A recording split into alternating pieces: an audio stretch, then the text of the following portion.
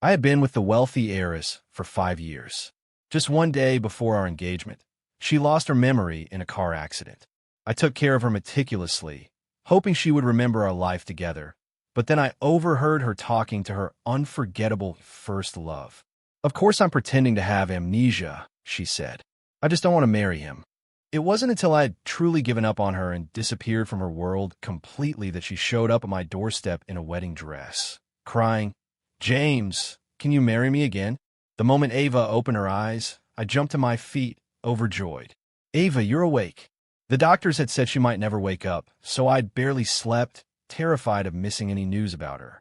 Finally seeing her conscious, I felt a lump form in my throat as I clumsily took her hand. "How do you feel? Does it hurt anywhere?" I started to ask.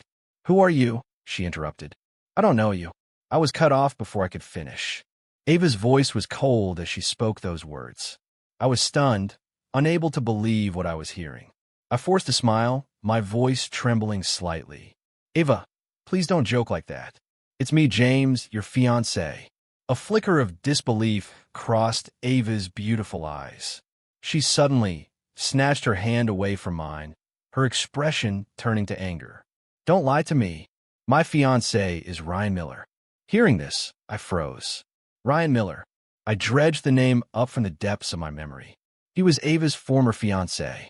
The Lynn and Miller families had arranged a marriage between them years ago. They had grown up together, a perfect match in terms of social standing.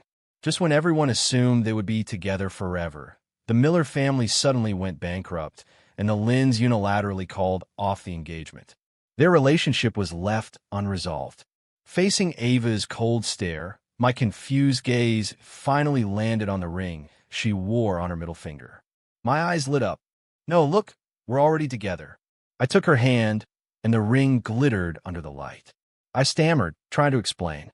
But Ava's expression only grew more impatient. With a sharp flick of her wrist, she threw the ring to the floor. Ava looked at me, her gaze icy, and spoke, enunciating every word. "I don't care who you are. Get out. I only want to see Ryan." The doctor explained that Ava had lost her memory due to the trauma from the car accident. This was the 5th time she had thrown me out of her hospital room. From behind the closed door, I could hear her yelling angrily, "Get out." I said, "I don't want to see you." Her friends, who were in the room with her, just looked at each other in confusion. It was all so strange. Ava remembered everyone else, but she had completely forgotten me. In fact, she treated me with outright hostility. The door creaked open, and her friend, Anna, stepped out. "James, don't be upset. She has amnesia. It's normal for her to be a little volatile right now. She only forgot about me," I said. My expression fell, but I managed to smile for Anna. "I get it. As long as she's okay, that's all that matters." Anna looked at me, hesitating for a moment before speaking softly. "James, what if we brought Ryan Miller here to see her?" "Don't get me wrong," she added quickly. "The doctor said it might help stabilize her emotions and speed up her recovery." Her voice faltered, as if she knew how inappropriate the suggestion sounded. After all, I was Ava's fiancé. I didn't say a word. I just turned to look at Ava through the small window in the door. She was covered in bandages, her eyes red from crying. "I just want Ryan," she pleaded. "Bring him to me."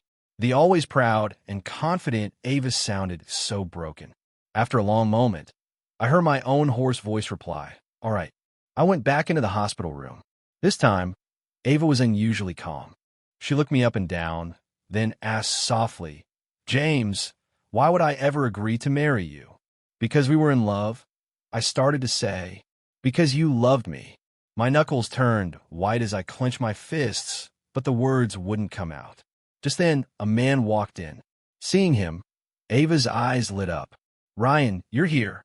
Ryan Miller walked past me quickly, shoving my shoulder as he went, and looked at Ava with a tender expression. "Ava, I heard you were hurt," he said. Ava pouted and nodded, looking pitiful. "It hurts so much, and this awful man keeps harassing me every day." It was obvious who the awful man was. I swallowed the bitter feeling in my throat and silently stepped away. Ryan suddenly walked over to me, looking down at me with a condescending air. "Did you hear her? Ava doesn't want to see you. Be smart and get out of here on your own. He said it with such casual arrogance. I took a deep breath to steady myself. Mr. Miller, you should be aware that I am her fiancée now. Before Ryan could respond, Ava shot me a look filled with pure disgust. She smirked contemptuously. Then let's just cancel the engagement. I never considered you my fiancé anyway. The last bit of strength I had been holding onto finally crumbled. I could only stare at her, completely blank. For a second, I even wondered if she had truly lost her memory at all. My body started to tremble as I spoke in a hoarse voice. Ava, please don't do this to me. I couldn't bear the look of disgust on her face. She avoided me like the plague every single day. At the very least, please don't hate me this much.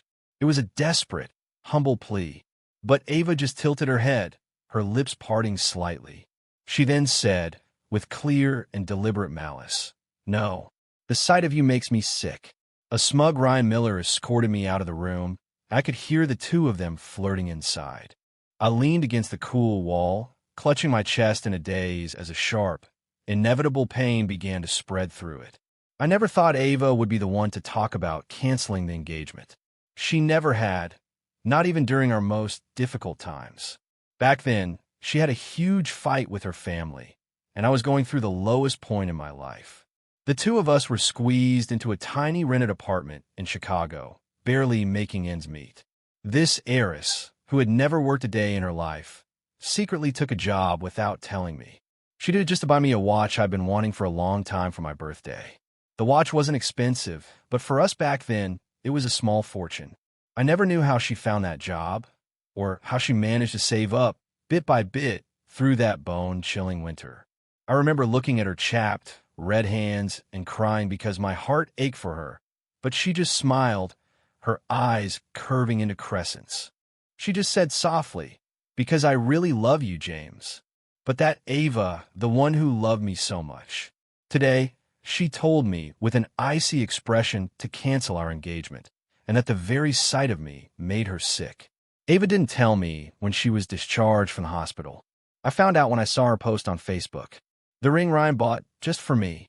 Everyone, take a look. Isn't it gorgeous? The picture she posted was of her hand with that same ring on her middle finger, looking especially prominent. I put down my phone, feeling a bit dazed.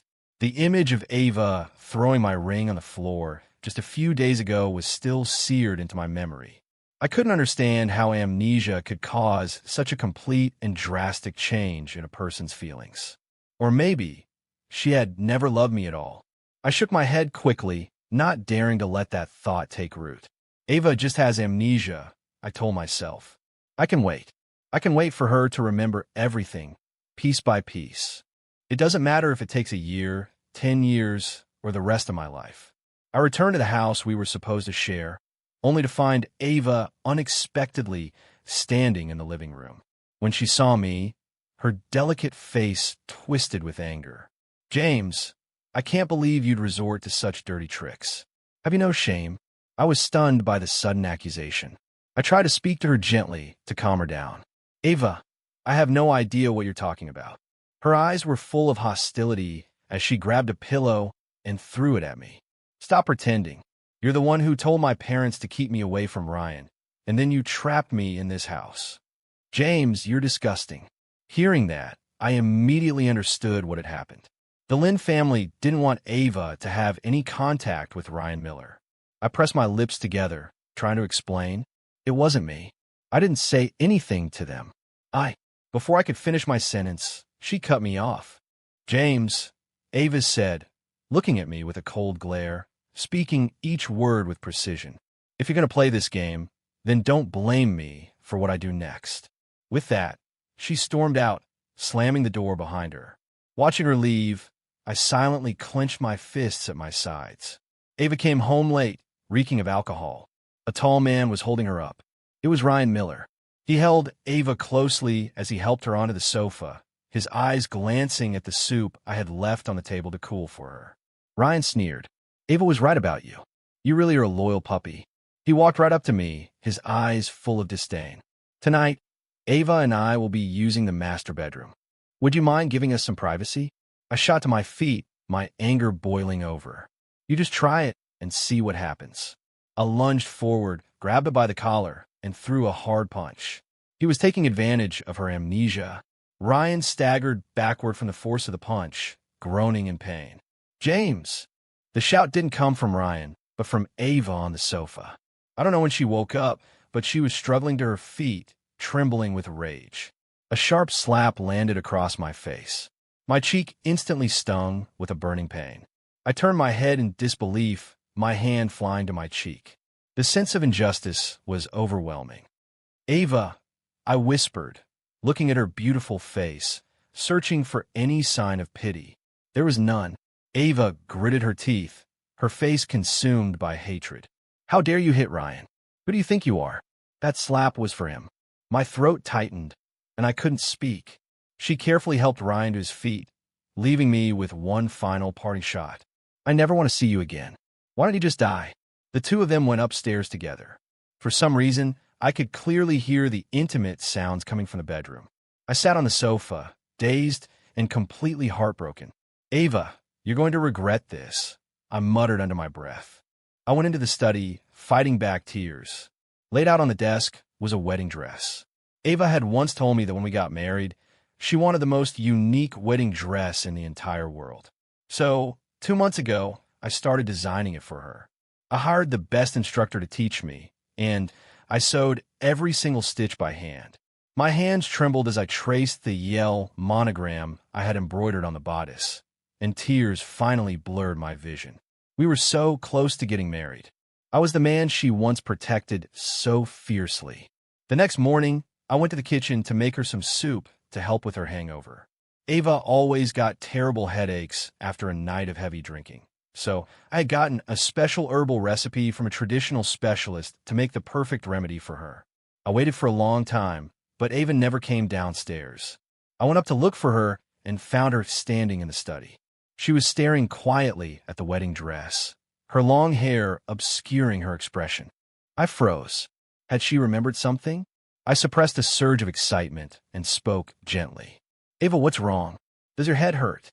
She lifted her head and looked at me, her face completely blank. "What is this?" she asked. I let out a breath I didn't realize I was holding and followed her gaze. "It's the wedding dress I designed for you. Right before we were supposed to get engaged, you said you want a one-of-a-kind wedding dress." As I spoke, my voice started to crack. "Ava, please try to remember." Ava remained silent, and for a moment, I thought I had reached her. Then she looked at me and asked, "Are you finished?" I was stunned into silence. The next second, she picked up a box cutter from the desk and began slashing at the wedding dress. Her movements were swift, filled with a raw, unmasked hatred. By the time I could react, the dress was already destroyed, shredded beyond recognition. Only then did Ava let out a loud, triumphant laugh.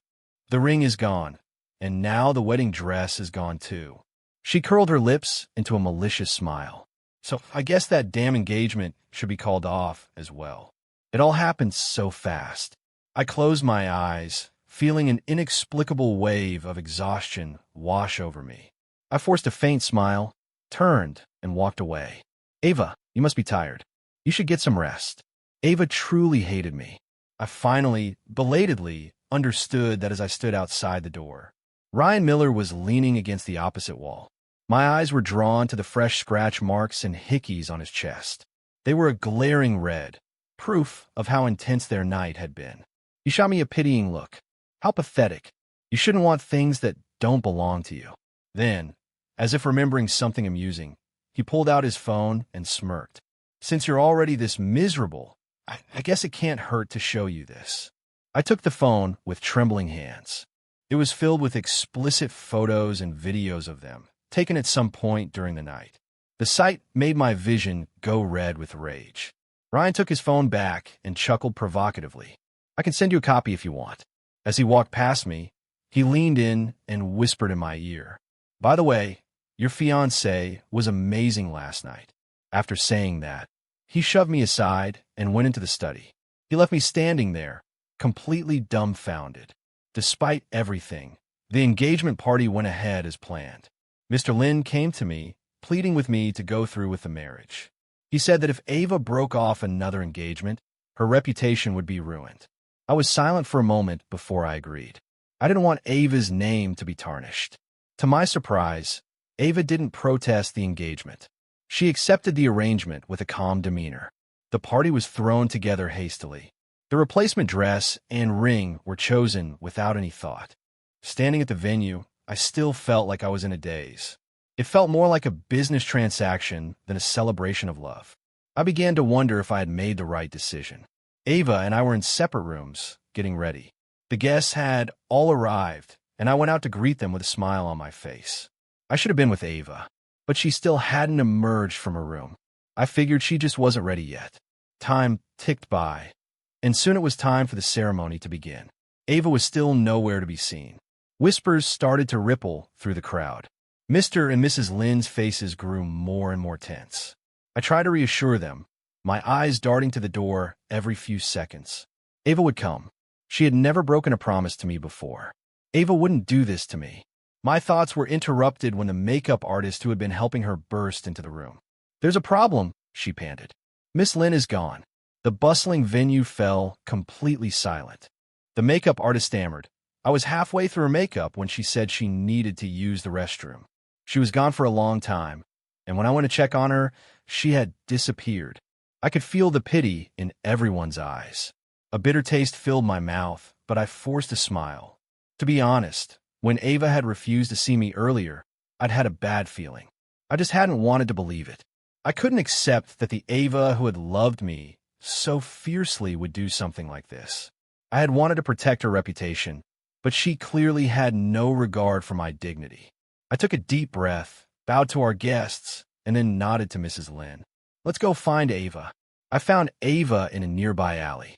She was in Ryan Miller's arms, the two of them whispering intimately. I heard Ava's soft, charming laugh. "Ryan," she said gently, "we can finally be together now." Ryan whispered something in her ear, and she buried her face in his neck, giggling like a fool. I never lost my memory. I was just fooling that idiot, James. I just don't want to marry him.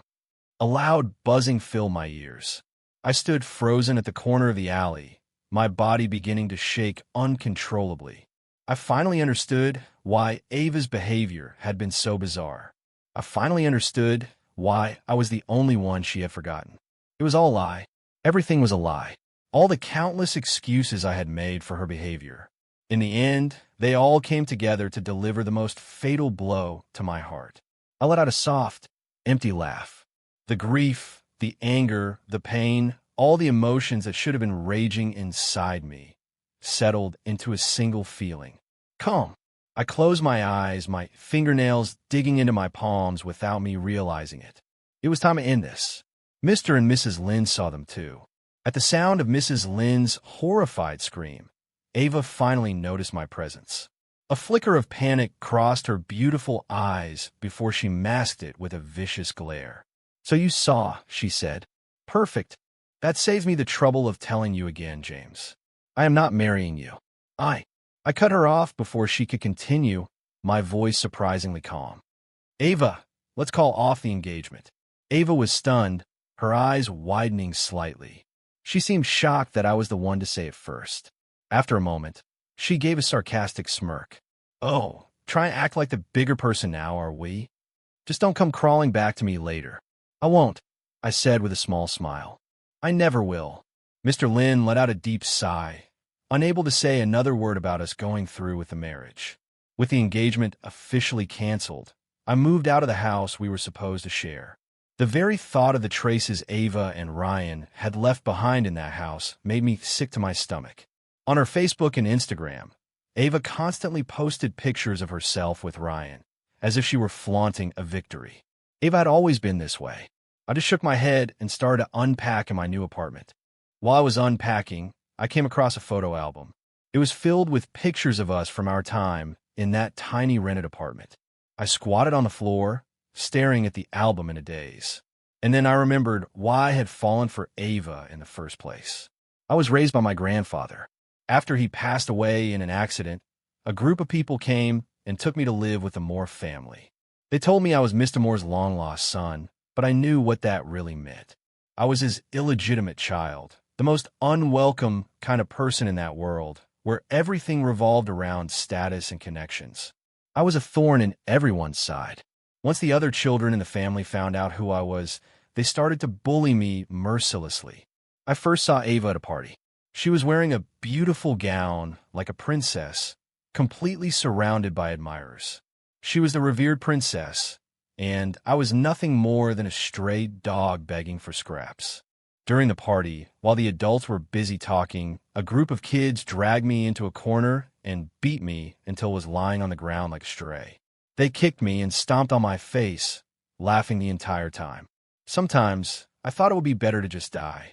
After all, the only person in the world who had ever cared about me was gone.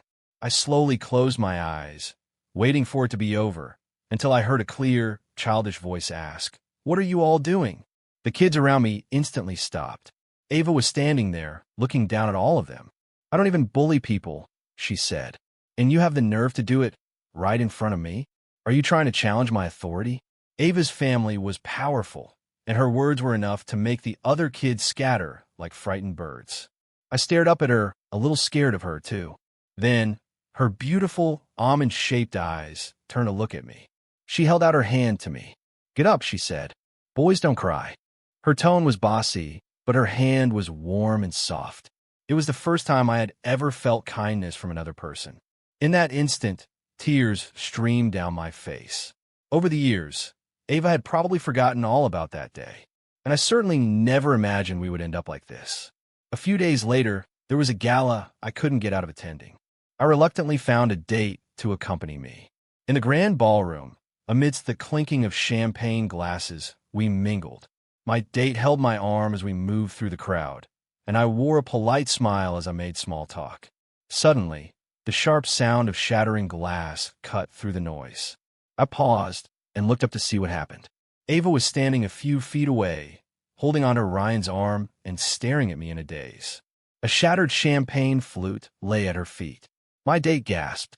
I looked away from Ava and turned to comfort her. A shadow fell over us, and I looked up to see Ava standing right in front of me. Her face was pale. Her eyes were glued to where my date's hand rested on my arm. "Who is she?" she demanded. I frowned, finding her question completely out of line. "I don't see how that's any of your concern, Miss Lynn." I met her gaze calmly. "Miss Lynn." Ava repeated the name softly, her eyes filled with confusion. Sensing my date's discomfort, I patted her on the shoulder reassuringly. I then spoke to Ava with a detached tone. "Miss Lynn, please step back. You're making my date uncomfortable." Only then did a sneer form on her lips. She looked my date up and down and let out a cold laugh. "It seems your taste in women has really gone downhill." After her remark, she smoothed the hem of her designer gown, like a peacock preening its feathers. I just stared at her coldly. "I'll say it one more time, Miss Lynn. Please step back." She froze, her eyes wide with disbelief. "James, how dare you speak to me like that?" My patience had run out. I let out a slow breath and spoke clearly. "Ava, I think you're forgetting how terribly things ended between us. Stay away from me. You'll only make me hate you more than I already do." After saying my piece, I took my date's hand and led her away. Out of the corner of my eye, I saw Ava standing there looking lost, while Ryan seemed to breathe a quiet sigh of relief. The gala continued, but Ava was nowhere in sight. Not that it was my problem anymore. Later that evening, after I got home, my phone rang. "Hello." I answered, hearing loud music in the background. An arrogant female voice slurred on the other end. "Hey, James, come and get me." It was Ava. I frowned. "If that's all, I'm hanging up." "James, how dare you hang up on me? Don't you dare." Her voice was drunk and whiny. "I'm drunk and my head hurts." I took a deep breath. "Ava, if you have a problem, go find Ryan. Stop bothering me." Just then, another woman's voice came on the line. "Hey, sorry, man. This girl has had way too much to drink, my apologies." I could hear Ava shouting in the background. "No, give it back. It's James." After a bit of a struggle on the other end, the line suddenly went quiet. Then I heard Ava ask softly, "James, do you still love me?" She must be really drunk, I thought. I almost laughed out loud at the question. I replied harshly, How could I possibly love you? The sight of you makes me sick. The other end of the line went completely silent, except for the sound of shallow breathing. I just felt annoyed. My face was a blank mask as I hung up the phone. I heard through the grapevine that Ava hadn't been in contact with Ryan for several days. I wasn't surprised. Ava was always like that, tossing people aside the moment she got bored. That is, until I saw a photo she posted on Facebook. She was in a room, smiling brightly at the camera with the simple caption, "Made things right." I didn't know what she meant by that, but the room in the background looked very familiar. I frowned. It was the house we were supposed to live in, the one I had put on the market. Why would Ava buy it? Was she trying to commemorate her relationship with Ryan? Late that night, a heavy rain began to fall. Suddenly, I heard a soft knock at my door. I got up and opened it. I was surprised to see who it was. It was Ava, and she was completely soaked from the rain. Her small frame was trembling slightly from the cold. Then my eyes fell on what she was wearing, and I froze. I immediately recognized the wedding dress. It was the one I had spent months sewing for her by hand. It was the same one she had sliced to ribbons. Now, somehow, the dress was whole again. On closer inspection, I could see that some of the stitches were clumsy and uneven, like they had been sewn by a beginner. "James," she began. Ava's voice was thick and nasal from crying, and her makeup was a smeared mess. The always perfectly put-together heiress looked completely disheveled. "James," she said again, her voice trembling. When she saw my blank expression, Ava's eyes filled with fresh tears. "I never should have done those things to you. Can you please give me another chance? I love you so much, James. Will you marry me again?" I looked at her quietly. The image of the Ava who had smiled so brightly in her tiny apartment superimposed itself over the woman standing before me now. And yet, I felt nothing. Not even a trace of my old resentment was left. It was in that moment I realized I truly didn't love her anymore. I sighed, went to the bathroom to get a towel, and tossed it to her, just as a flicker of hope lit up in her eyes. I spoke slowly and deliberately. "You expect me to marry you whenever you feel like it, and then just cast me aside when you're done? Ava, life doesn't work that way. You should know by now that I don't love you anymore." The color drained from Ava's face. She opened her mouth as if to explain, but I simply closed the door in her face. "Ava, we should have said our goodbyes a long, long time ago."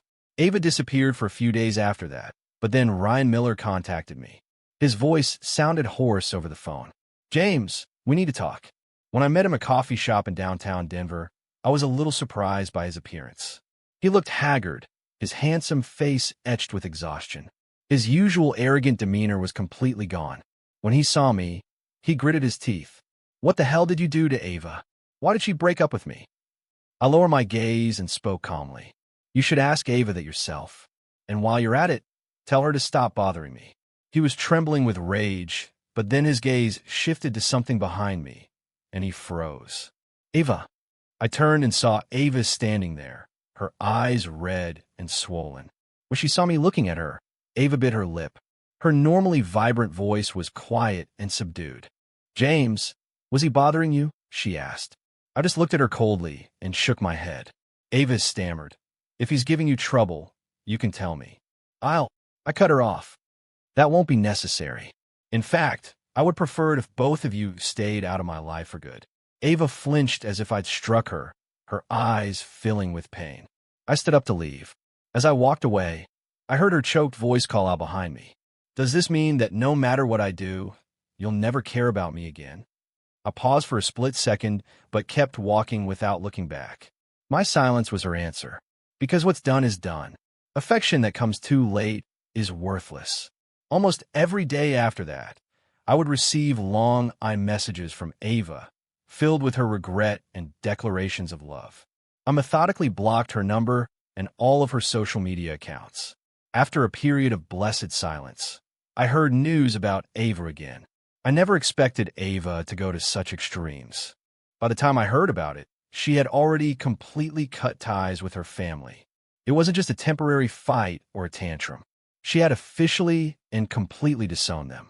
She had given up her identity as the Lynn family heiress and walked away from a life of unimaginable luxury and wealth. I remembered the last message she had managed to send me before I blocked her.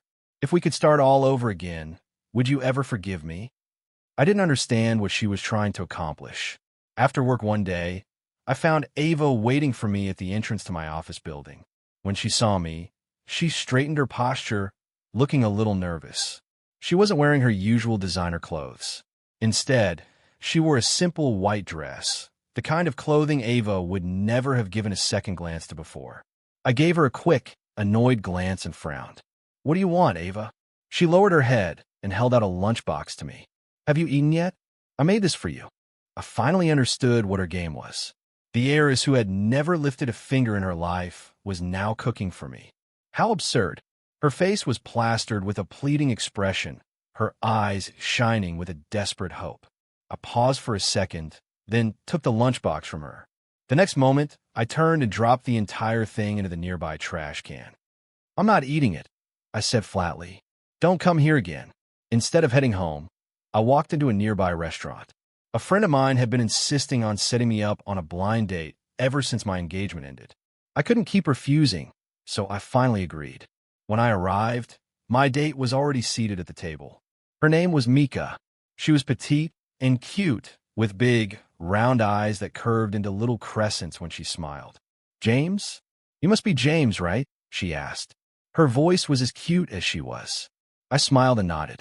She had a playful and engaging way of talking, and by the end of dinner, I found myself in a much better mood.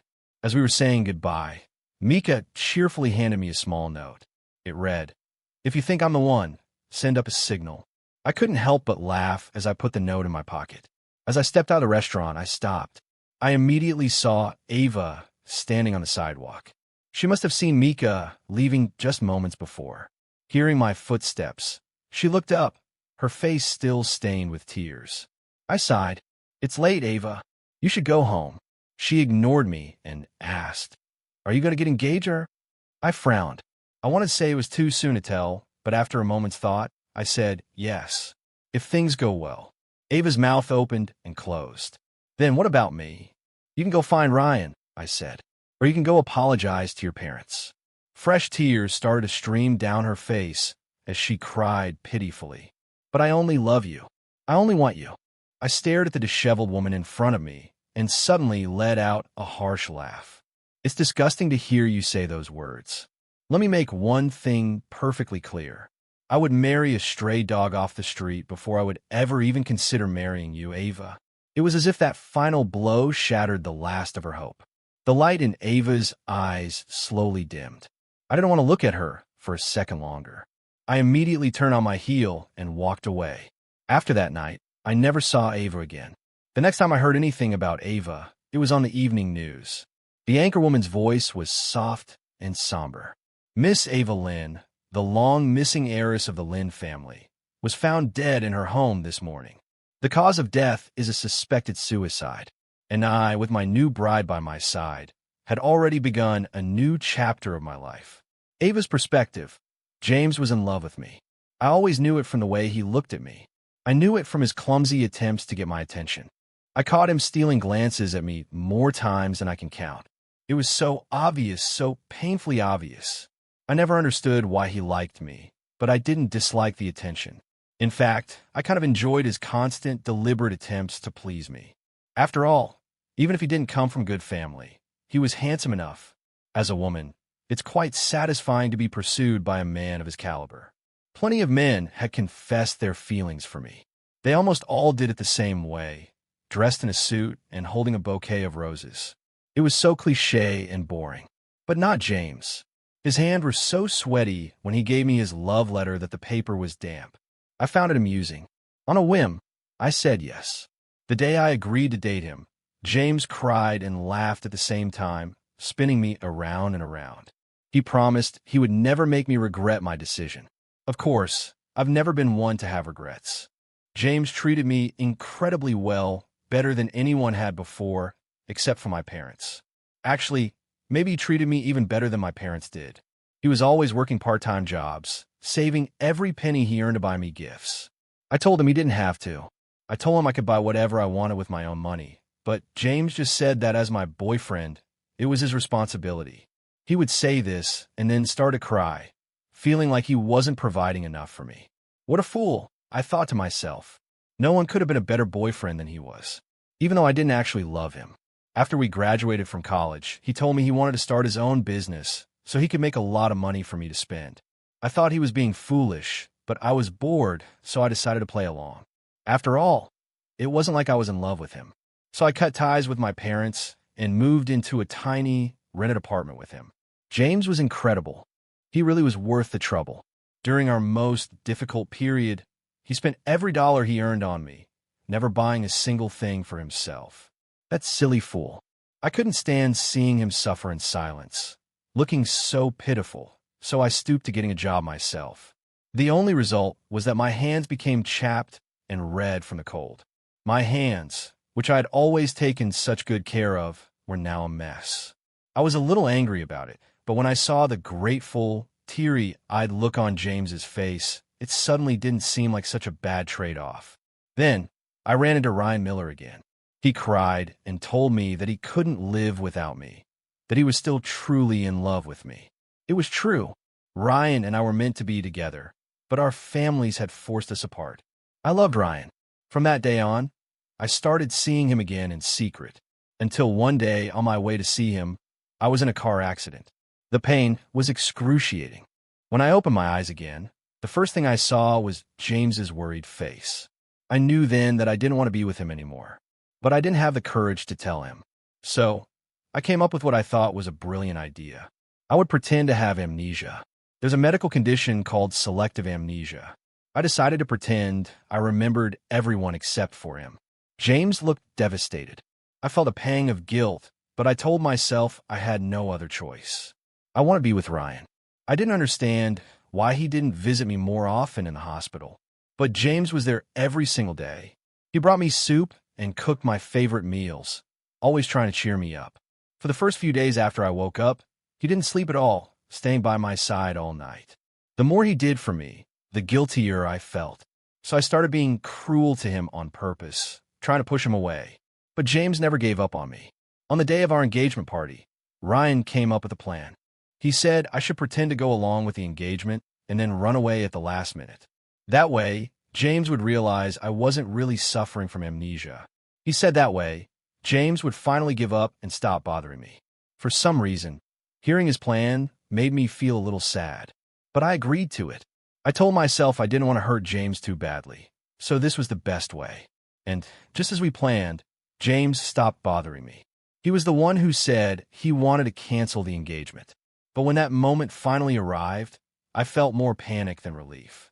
I started to wonder, had I really made the right decision? I felt a genuine pang of heartbreak.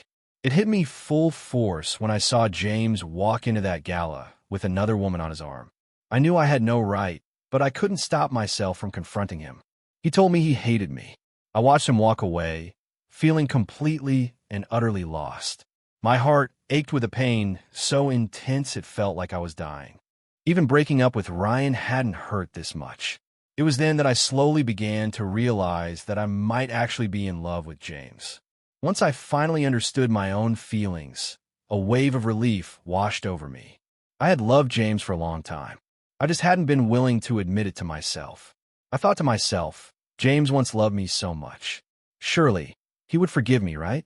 We could definitely go back to the way things were before. But I was wrong.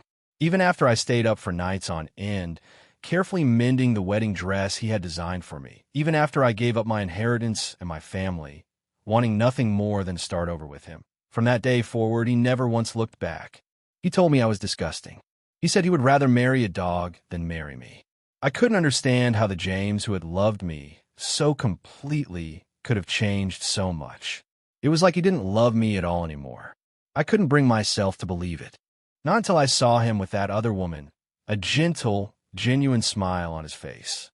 That was when I finally understood. James really was done with me. And it was I, with my own two hands, who had thrown him away.